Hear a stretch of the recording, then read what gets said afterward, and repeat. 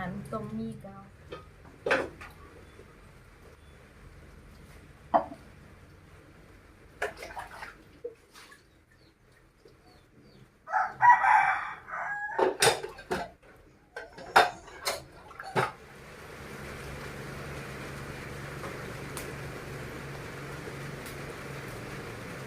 สบายดียามเช้าเด้อทุกคนสบายดีพ่อแม่พี่น้องเบิร์สุคนเด้อยินดีต้อนรับพ่อแม่พี่น้องเข้าสู่2น้องพิมพ์สาวลาวเก่าทุกคนมื้อนี้ก็อากาศดีเนาะทุกคนอากาศดีแล้วก็ฝนตกปล่อยๆเนาะทุกคนมันตกบ่แห้งนะทุกคนแต่ว่าตกแต่คืนนี้เนาะพี่น้องตอนเช้ามื้อนี้ก็น้องพิมพ์เมื่อหน้าแต่เช้าเนาะเมื่อเบิ่งมาเบิ่งกาอยู่หน้าน้องพี่น้องเมื่อเบิ่งกาอยู่หน้าเพราะว่าอันนั้นหลายเดือนฝนบ่ตกเป็นแห้งแล้งเนาะพี่น้องฝนบ่ตกหลายเดือนเลยกาเฮาก็ลมเบิดทุกคนลมมันอันนั้นกำลังมันอันนั้นสิเหี่ยวนะทุกคนสิเหี่ยวสิตายแล้วพี่น้องแต่ว่าคืนนี้ก็เลยฝนตกนะพี่น้องก็มื้อนี้ก็มันอันนั้นตกอีกแต่ว่าคืนนี้ก็ตกบ่แห้งทุกคนน้ำนาแม่นบ่มีเนาะแต่ว่ามันพออันนั้นให้กาเฮามีแห้งแน่น้อยนึงนะพี่น้องมื้อนี้ก็บ่มีทุกคนมื้อนี้ก็อันนั้นน้องคิมบ่มีอาหารเช้าแล้วพี่น้องเฮาสิกินต้มหมี่หรือว่าต้มมาม่าเนาะมี2ทงกับอันนี้กับไข่2หน่วยเนาะพี่น้องแล้วก็มีผักน้ำนี่ผักกะหล่ำแล้วก็ผักบุ้งทุกคนหรือว่าผักบุ้งน้องคิมนะก็บ่มีแนวกินทุกคนว่าสิหาแล้วกินข้าวแล้วว่าสิหาหมูไปอันนั้นไปหาหน่อไม้นะพี่น้อง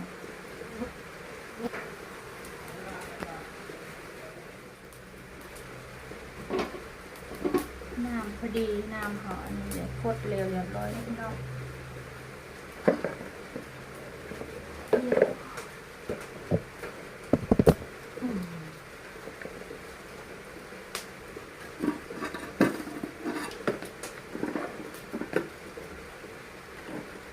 มันคือบนอยู่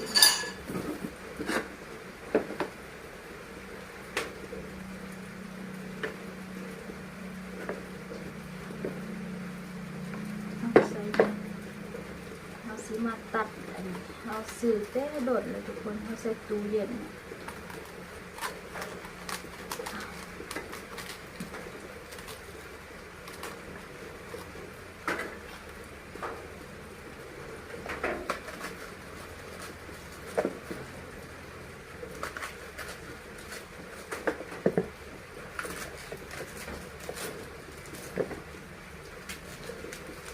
เมื่อนี้มันอันนั้นอากาศดีข้างนอกบ่ได้อันนั้นบ่ร้อนเนาะก็ซุ่มเย็นเตะทุกคนแล้วก็สิตัดผักบุ้งเพิ่ม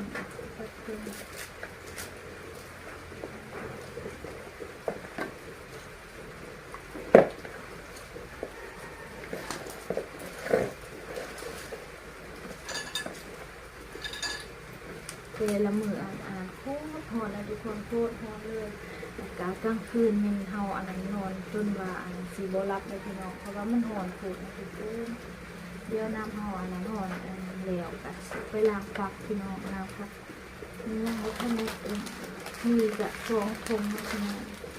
มีไข่2 หน่วยมี2 ถุงสิต้มกินตอนเช้ามื้อนี้นะพี่น้องเพราะว่าบ่มีแนวกินเลยทุกคนไปกินข้าวก็ยังเอื้อมเดี๋ยวยังอิ่มแล้วทุกคนผักมีผักบุ้งกันมันเหึ่งเลยทุกคนจนอย่างนั้นจนมันสีเหลืองเลยเนาะเพราะว่ามันอยู่3-4 มื้อ5 มื้อทุกคนเอามาล้างผักกันทุกคน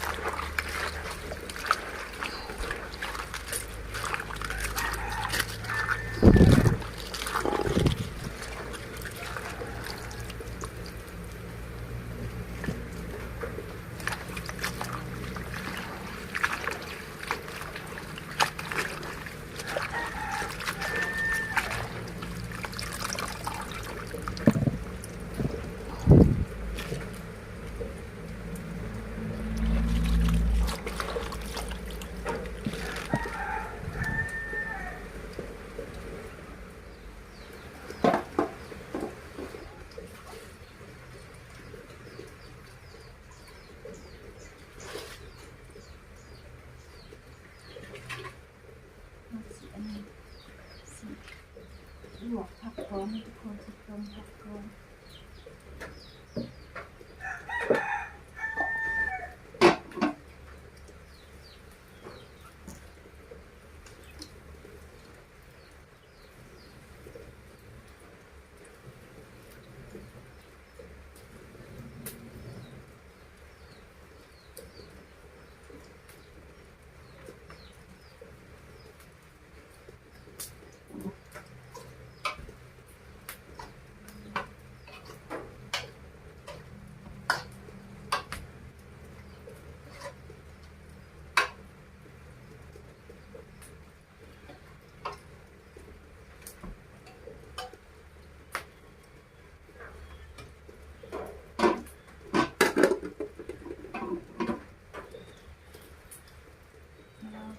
ผักสุกแล้วก็สิใส่มีนะพี่น้อง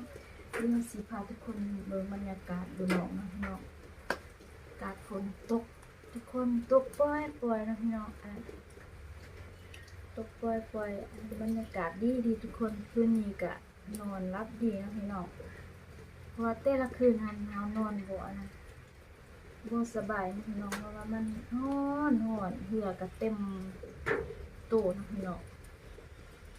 แต่ว่าคืนนี้น้องเทียนจนหนาวเลยพี่น้องจนเลยตุ้มผ้าห่มเนาะเด็กพี่น้องบรรยากาศทางนอกก็สิประมาณนี้ทุกคน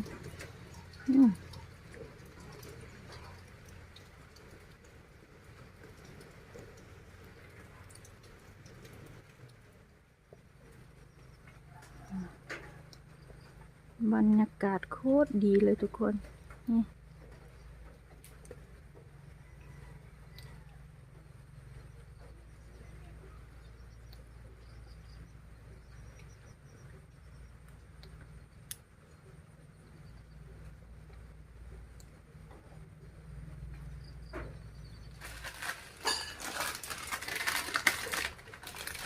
นี่ก็จะเป็นมีอันนี้พี่น้อง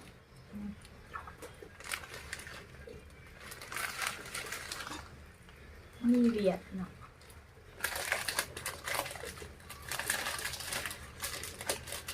เข้าคายมี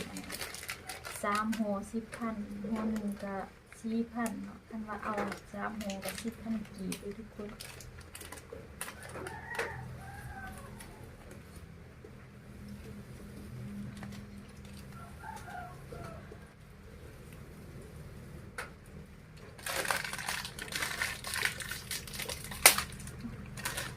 แต่ก่อนทันแม่นแต่ก่อนแม่นห่อละ 1,000 กีบเป็นทุกคนก็คือเดี๋ยวนี้มันอันนั้นแพงแล้วนะห่อนึงมันก็ถืออยู่4,000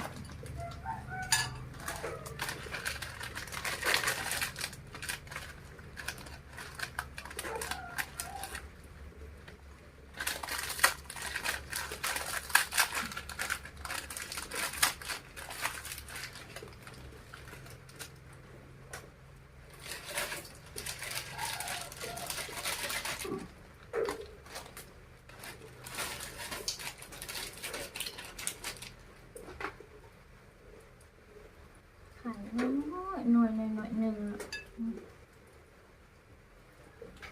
หน่วยน้อยหนึ่ง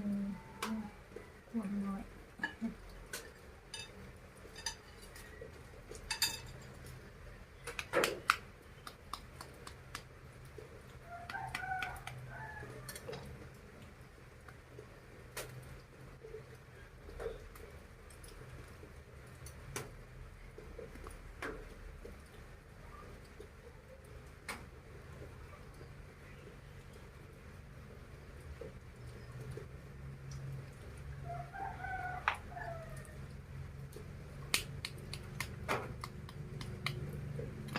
น้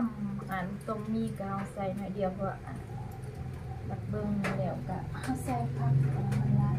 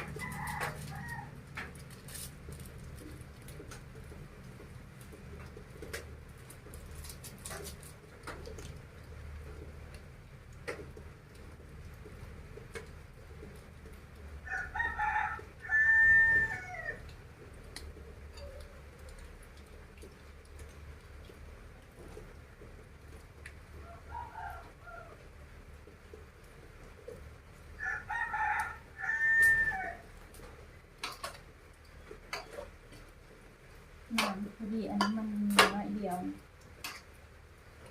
เอาใส่ผักลาย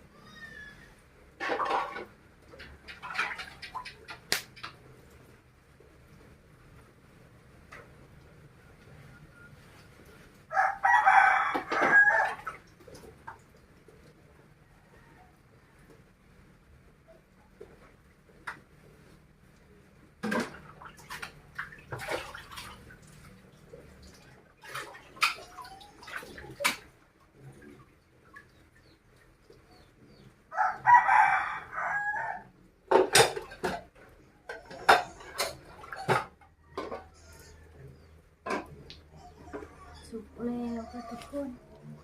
เดี๋ยวดูว่าอันนั้นมัน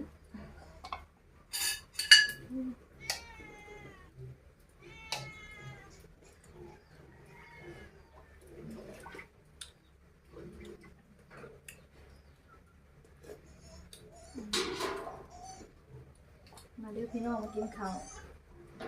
น้ำกันนะทุกคนกินข้าวกับต้มมาม่าพี่น้อง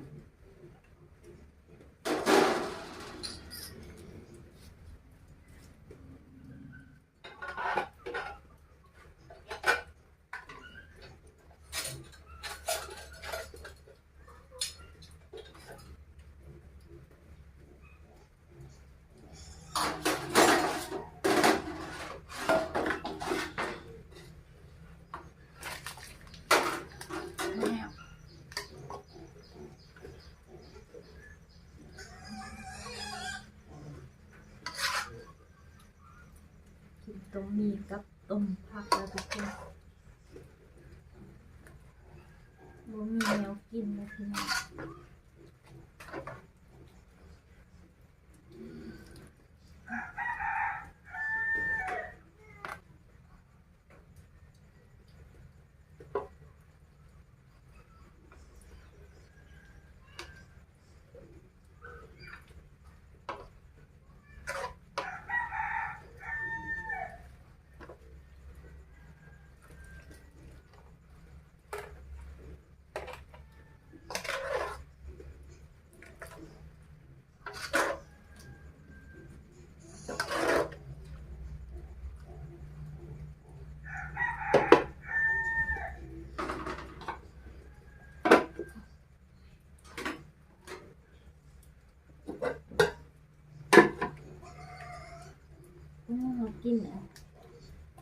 กินข้าวมีแต่ข้าวเจ้าทุกคนมากิน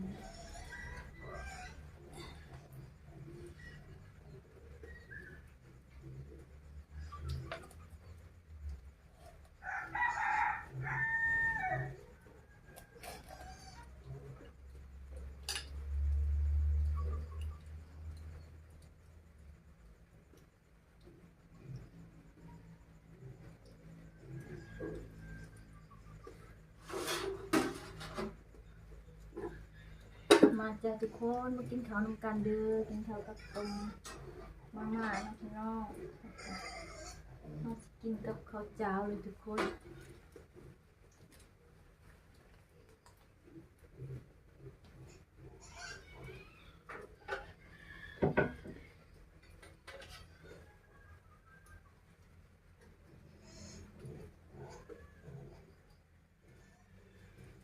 นี่ก็จะเป็นหมกแต่เมื่อวานนี้นะทุกคนหมกป่านะมาเด้อมากินข้าวเช้าน้ำกันทุกคน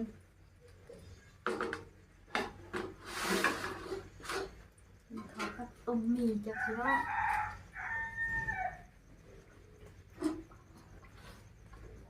นี่ทุกคนอาหารเช้ามาเด้อมากินข้าวน้ำกันทุกคน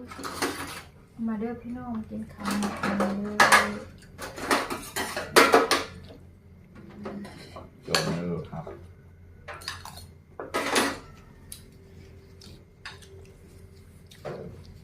มันมีแนวเก่งกินข้าวกับต้มหมี่